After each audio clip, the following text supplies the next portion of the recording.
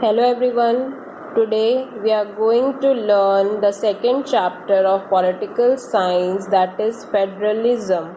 Before I start this chapter, let me just tell you and inform you once again that in the geography syllabus we have to learn the first chapter and after that the fourth chapter, that is agriculture.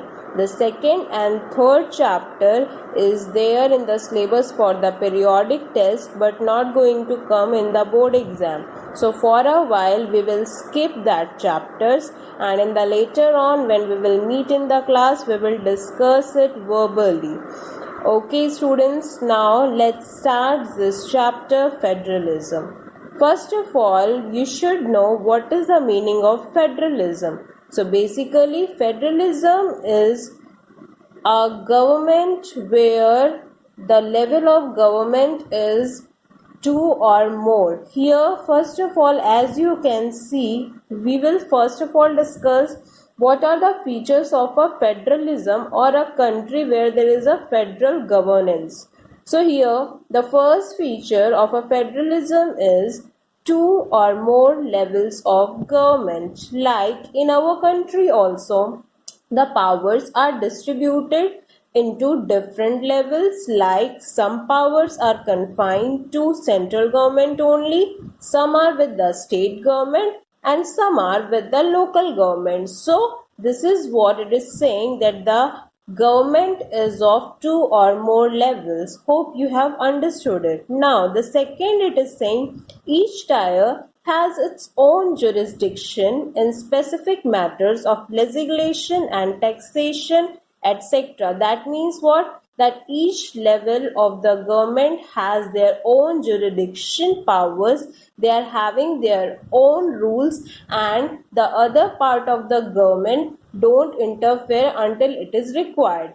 Now the third one, it is saying existence and authority of each tier is constitutionally granted. So that means what? Our constitution only has granted this existence and authority of each of the level of the government. Now it is saying changes by consent of both the levels of government. That means what? That if any changes were needed, so both the level of government, that is the central level government and the state level government, will discuss and bring the change in the country system. Now it is saying that independent judiciary, the another feature it is saying about the independent judiciary, that means that the all sections of societies are having the independent judiciary system. Okay. Now it is saying financially autonomy. That means what? That the financial system is also autonomy. Okay, like that means what? That here the state and the central government will not interfere in each other's matter. And here it is saying the dual objectives. That means what? That as the head of our country is PM, that is Prime Minister, and the head of our state is CM. So both the head authorities will do the welfare programs for developing our country. Now let's come to the next topic. It is saying that the government is of two types, that is the federal government and the unitary government. By the name itself it is clear. We have already discussed what is federal government or federalism. It is the level of government when there is the two or more level of government, but as the name unitary, it is saying that here all the whole and sole power of the government will confine into one hand only. Okay, so here it itself it's written that in the features of federal government, what it is written? Two or more levels of government, we have already discussed. Power is divided between the central authority and various constituent units of the country. We have discussed this also. And different level enjoy power independently. As I have said that here our constitution only give us the right that every different level of the government will enjoy their different powers. Okay, but here in the unitary type of government, what it is saying? one level of government is there.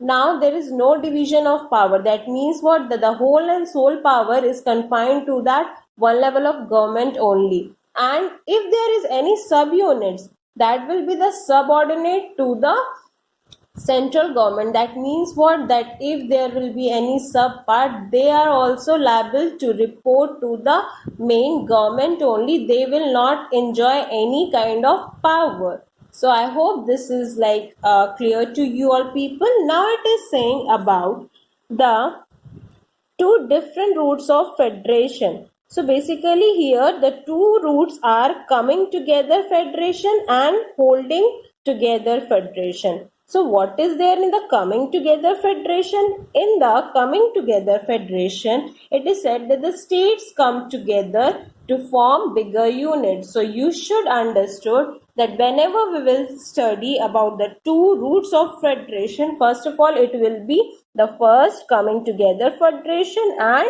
holding together federation. Then it is about coming together, then all the states will come together to form a big unit, and the examples of that countries will be USA, Switzerland and Australia.